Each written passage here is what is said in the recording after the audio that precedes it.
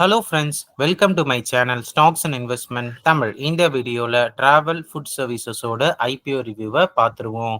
நீங்கள் இந்த சேனலோட முதல் வியூவராக இருந்தீங்கன்னா மறக்காமல் இந்த சேனலை சப்ஸ்கிரைப் பண்ணி உங்கள் ஆதரவை தெரிவிங்க. ஆல்ரெடி சப்ஸ்கிரைபராக இருந்தீங்கன்னா உங்கள் ஆதரவுக்கு மிக்க நன்றி.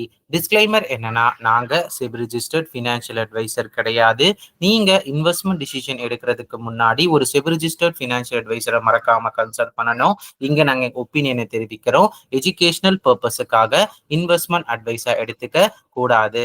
இந்த கம்பெனி வந்து பாத்தீங்கன்னா இந்தியன் ஏர்போர்ட்டுக்குள்ள குவிக் சர்வீசஸ் ரெஸ்டாரண்ட்டையும் ஏர்போர்ட் லான்ஜஸையும் வந்து இந்த கம்பெனி மெயின்டைன் பண்ணிக்கிட்டு இருக்காங்க.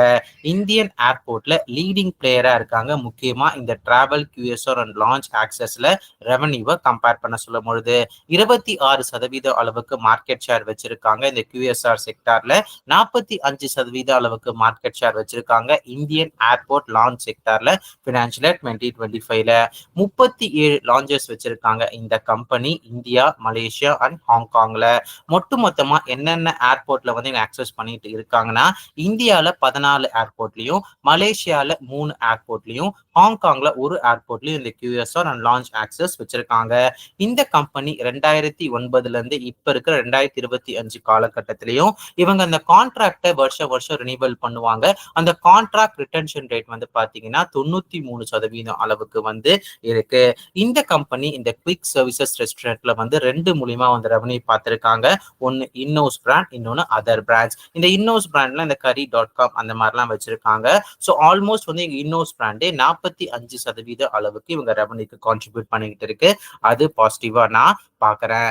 இந்த கம்பெனியோட வேல்யூவேஷன்ஸ் எடுத்து பாத்தீங்கன்னா பினான்சியல் 2025 டேட்டா எடுத்து பார்க்கும்பொழுது EPS 27 ரூபாய் 58 பைசாவை கன்சிடர் பண்ணும்பொழுது 39.88x PBY இருக்கு. ஸோ ஆல்மோஸ்ட் 40 டைம்ஸ் earnings வந்து கேட்கறாங்க.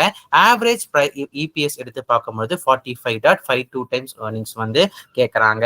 இது இவங்க பியர்ஸ் ஆன ஜூப்ளியன் ஃபுட்வொர்க்ஸ் அந்த மாதிரி QSR கம்பேர் பண்ண சொல்லும் பொழுது குறைவா தான் இருக்கு. ஏன்னா இவங்களோட ஜூப்ளியன் ஃபுட்வொர்க்ஸ் இவங்க கம்பேரிசன் ஆன பியர்ஸ்லாம் வந்து பாத்தீங்கன்னா ஆல்மோஸ்ட் 200 டைம்ஸ் 1000 டைம்ஸ் earningsல இருக்கிறதுனால கரண்ட் கிரே மார்க்கெட் பிரீமியம் இந்த கம்பெனிக்கு 92 ரூபாய் ஒரு ஷேருக்கு லிஸ்டிங் தர வாய்ப்புகள் இருக்குன்னு சொல்லி காண்பிக்குதுங்க. இந்த கம்பெனியோட ரிஸ்க் ஃபேக்டர்ஸ் என்னன்னு சொல்லி பாத்தீங்கன்னா, இந்த கம்பெனியோட அக்ரிமெண்ட் ரினிவல் வந்து ஒரு முக்கியமான பிளே வந்து பே பண்ண போகுதுங்க. ஏன்னா இந்த லான்ச் ஆக்சஸ் மட்டுமே இந்த கம்பெனிக்கு நிறைய ரெவன்யூ வந்து கான்ட்ரிபியூட் பண்ணிக்கிட்டு இருக்கு. ஸோ போஸ்ட் IPOல வந்து இந்த ரிட்டன்ஷன் ரேட் எப்படி இருக்க போகுது, புது ஏர்போர்ட் வரும்போது இவங்க அந்த எக்ஸ்பான்ஷனை வந்து தொடர்றாங்களா இல்ல குறைக்கிறாங்களா அப்படின்னு சொல்லி நம்ம பார்க்க வேண்டியது வந்து இருக்குங்க. புது அக்ரிமெண்ட் கிடைக்குதா இல்ல இருக்கிற அக்ரிமெண்ட் போகுதான்னு சொல்லி நம்ம பார்க்க வேண்டிய கட்டாயத்துல வந்து இருக்கும். ஏன்னா இந்த இந்தியன் ஏர்போர்ட் இந்த QSR அண்ட் லான்ச் ஆக்சஸ்லாம் வந்து contract renewal and contract agreement and bidding ப்ராசஸ்ல வந்து இருக்கிறதுனால அதுக்கப்புறம் இந்த கம்பெனி வர IPO வந்து என்டையர்லி OFS IPO. இதனால கம்பெனிக்கு எந்த ஒரு லாபமும் கிடையாது. அதுக்கப்புறம் வந்து பாத்தீங்கன்னா இந்த கம்பெனி வந்து இந்தியா, மலேசியா, ஹாங்காங்ல மட்டும்தான் ஆக்சசபிளா வந்து இருக்காங்க இந்த QSR அண்ட் லான்ச் ஆக்சஸ்ல. இவங்களோட ப்ரொமோட்டர்ஸ் வந்து பாத்தீங்கன்னா 35 கண்ட்ரீஸ் ஆல்மோஸ்ட் இருக்காங்க. ஸோ இந்த எக்ஸ்பான்ஷன் பிளான் போஸ்ட் IPOல வந்து எப்படி பண்ண போறாங்க, ஸோ இந்த வெளியே இருக்கிற கண்ட்ரீஸ்க்கு இந்த லான்ச் ஆக்சஸ் QSR ஆக்சஸ்லாம் கொண்டு வராங்கன்னா அதுக்கு எப்படி ஃபண்டிங் வரப்போகுதுன்னு சொல்லி நம்ம மறக்காம பார்க்கணும். இல்லை எக்ஸ்பான்ஷன் பண்ணலாமா இருக்காங்களான்னு சொல்லி வந்து பார்க்கணும். இல்லைனா வந்து இந்தியன் ஏர்போர்ட்ல இருந்தாலும் டிராவல் இண்டஸ்ட்ரி க்ரோத் ஆனாலும் வந்து பாத்தீங்கன்னா இவங்களோட மார்ஜின்ஸ் எப்படி எக்ஸ்பேண்ட் ஆகுதுன்னு சொல்லி நம்ம பார்க்கணும். ஏன்னா இவங்க கேட்கிற வேல்யூவேஷன்ஸ் எவ்வளோ 40 டைம்ஸ் earnings வந்து கேட்கறாங்க. அது மட்டும் இல்லாம இந்த ஏர்போர்ட்ஸ்குள்ளேயே வந்து பாத்தீங்கன்னா கவர்மெண்ட் வந்து ஒரு சின்னதா இந்த மாதிரி கேன்டீன், இந்த QSR ரெஸ்டாரண்ட்ஸ் மாதிரி நடத்துறாங்க. அது இந்த கம்பெனியோட பிரைசிங் ப்ரெஷரையும் பாதிக்கப்பட வாய்ப்புகள் வந்து இருக்கு. அதுக்கப்புறம் வந்து பாத்தீங்கன்னா இந்த வேல்யூவேஷன்ஸ் வந்து எனக்கு கொஞ்சம் ஹையரா படுதுங்க. காரணம் என்னன்னா இவங்க revenue and profit growth recent டைம்ஸ்ல வந்து பாத்தீங்கன்னா 2023 அண்ட் 2024 ஒரு 30% growth இருந்துச்சு. 2024 2025 வந்து பாத்தீங்கன்னா 20% ரெவன்யூ growth இருக்கு. ஆனா அவங்க கேட்கிற வேல்யூவேஷன்ல 40 டைம்ஸ் earnings வந்து கேட்கறாங்க.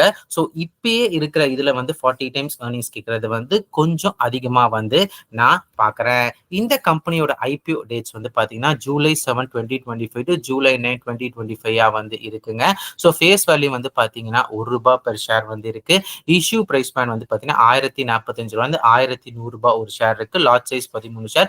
என்டையர்லி ஓஎஃப்எஸ் இப்போ 2000 கோடி அளவுக்கு ஐபிஓ வந்து வருதுங்க. இப்போ இந்த கம்பெனியோட கன்க்ளூஷன் பார்த்துருவோம். ஸோ ஓவராலா இந்த கம்பெனி வந்து பார்த்தீங்கன்னா இவங்க இருக்கிற செக்டார்ல வந்து ஒரு விர்ச்சுவல் மோனோபோலியா இருக்காங்க. ஆல்மோஸ்ட் 45% மார்க்கெட் ஷேர் வச்சிருக்காங்க. லான்ச் ஆக்சஸ்ல இன்னோஸ் பிராண்டும் வந்து பார்த்தீங்கன்னா ஆல்மோஸ்ட் 45% அளவுக்கு வந்து இருக்குங்க. அது மட்டும் இல்லாம இவங்க ஆப்ரேட் பண்ற 14 ஏர்போர்ட் வந்து பார்த்தீங்கன்னா கிட்டத்தட்ட வந்து ரொம்ப பிஸியா இருக்கிற ஏர்போர்ட்ஸா வந்து கன்சிடர் பண்ணுது. ஸோ அதனால வந்து பார்த்தீங்கன்னா ஒரு ரெவன்யூ விசிபிலிட்டியும் வந்து நல்லாவே இருக்கு. ஓவராலா வந்து பார்த்தீங்கன்னா இந்த டிராவல் கியூஎஸ்ஆர் செக்மெண்ட் வந்து பார்த்தீங்கன்னா 20% சிஏஜிஆர்ல அடுத்த ஒரு 5-6 வருஷத்துக்கு வந்து இன்க்ரீஸ் ஆக வாய்ப்பு இருக்குன்னு சொல்லி எதிர்பார்க்கப்படுது. ஸோ இந்த மாதிரி பாசிட்டிவ் ஃபேக்டர்ஸ் இந்த கம்பெனிக்கு வந்து இருந்தாலும் எனக்கு மன உறுத்தலா இருக்கிறது 2 விஷயம். ஒன்னு ஓஎஃப்எஸ் ஐபிஓவா இருக்கு. ஒரு கியூஎஸ்ஆர் சர்வீசஸ் பண்ற கம்பெனிக்கு 40 டைம்ஸ் ஏர்னிங்ஸ் வந்து பாத்தீங்கன்னா கொஞ்சம் ஹையர் சைடா வந்து இருக்குங்க. ஸோ இந்த 2 கன்சர்ன் எனக்கு இருக்கிறதுனால கொஞ்சம் ஸ்லைட்லி ரிஸ்க் இன்வால்விங் ஐபிஓ கேட்டகரியில வந்து வைக்கிறேன். இந்த 2 ரிஸ்க் ஃபேக்டர்ஸ் உங்களுக்கு எப்படி தோணுதுன்னு சொல்லி மறக்காம வந்து கமெண்ட் செக்ஷன்ல நீங்க சொல்லுங்க. இது எல்லாமே வந்து பாத்தீங்கன்னா என்னோட பர்சனல் வியூ.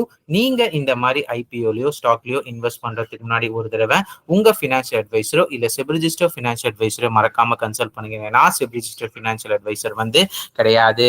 இந்த வீடியோ உங்களுக்கு பிடிச்சிருந்தா லைக் பண்ணுங்க. ரெகுலர் வீடியோ அப்டேட்டுக்கு பெல் ஐகானை கிளிக் பண்ணுங்க. மறக்காம stocks and investment Tamil channel subscribe பண்ணுங்க. தேங்க்ஸ் ஃபார் வாட்சிங் stocks and investment Tamil channel.